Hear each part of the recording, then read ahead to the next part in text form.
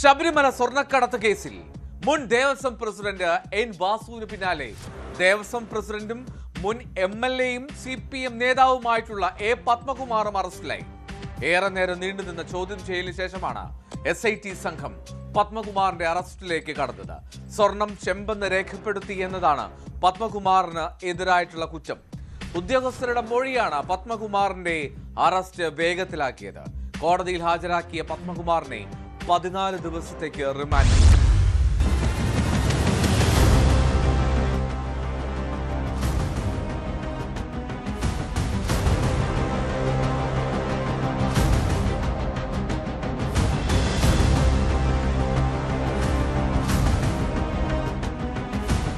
ഒരുപക്ഷെ കടുത്ത നീക്കങ്ങളിലേക്ക് SIT കടന്നേക്കുമെന്ന കൃത്യമായ സൂചനകൾക്കിടയിലാണ് 10:30 വഴുതക്കാട് പോലീസ് ആസ്ഥാനത്ത് ക്രൈംബ്രാഞ്ച് മേധാവി ADGP H. വെങ്കിടേഷിന്റെ ഓഫീസിൽ പത്മകുമാർ എത്തിയത്. അദ്ദേഹത്തെ 4 മണിക്കൂറോളം വിശദമായ ചോദ്യം ചെയ്തതിന് ശേഷമാണ് തുടർ നീക്കങ്ങളിലേക്ക് SIT കടന്നത്. മുരാരി ബാബുവും സുധീഷ് കുമാറും അടക്കം നൽകിയ മൊഴികളിൽ കൃത്യമായി എൻ വാസുവിനെയും അതോടൊപ്പം പത്മകുമാറിനെയും സംശയത്തിൽ നിർത്തുന്ന പ്രതിക്കൂട്ടിലാക്കുന്ന ചില പരാമർശങ്ങളുണ്ടായിരുന്നു.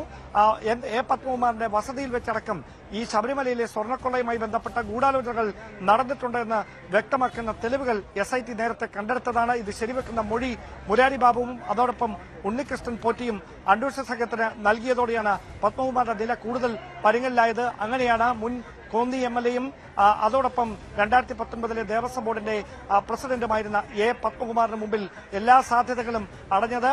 നേരത്തെ തന്നെ ആഭ്യന്തര വകുപ്പ് കൃത്യമായി പത്മകുമാർ അറസ്റ്റിലായേക്കുമെന്ന വ്യക്തമായ ഒരു നിഗമനത്തിലായിരുന്നു. അതുകൊണ്ട് തന്നെയാണ് പത്മകുമാറിനെ സംരക്ഷിക്കേണ്ട എന്നൊരു നിലപാടിലേക്ക് ആഭ്യന്തര വകുപ്പ് എത്തുകയും ചെയ്തത്. ഒരുപക്ഷെ സർക്കാരും അത്തരത്തിലൊരു നിലപാട് തന്നെയാണ് സ്വീകരിച്ചത്. അങ്ങനെയാണ് സുപ്രധാനമായ അറസ്റ്റ് രേഖപ്പെടുത്തുകയും വൈകുന്നേരം ജനറൽ ആശുപത്രിയിൽ വൈദ്യ പരിശോധനയ്ക്ക് ശേഷം പിന്നീട് കോടതിയിൽ മജിസ്ട്രേറ്റിന് മുമ്പാകെ ഹാജരാക്കുന്നതിന് വേണ്ടി കൊല്ലത്തേക്ക് കൊണ്ടുപോവുകയും ചെയ്തിരിക്കുന്നത്. എന്തായാലും റിമാൻഡ് ചെയ്തതിനു ശേഷം കസ്റ്റഡിയിൽ വാങ്ങുന്നതിന് വേണ്ടി ഉടൻ തന്നെ അപേക്ഷ നൽകും. അങ്ങനെ എൻ വാസുവിനെയും അതോടൊപ്പം എ പത്മകുമാറിനെയും ഒരുമിച്ചിരുത്തി ചോദ്യം ചെയ്യാനുള്ള ഒരു നീക്കം SITയുടെ ഭാഗത്ത് നിന്ന് അടുത്ത ദിവസങ്ങളിൽ ഉണ്ടാകും.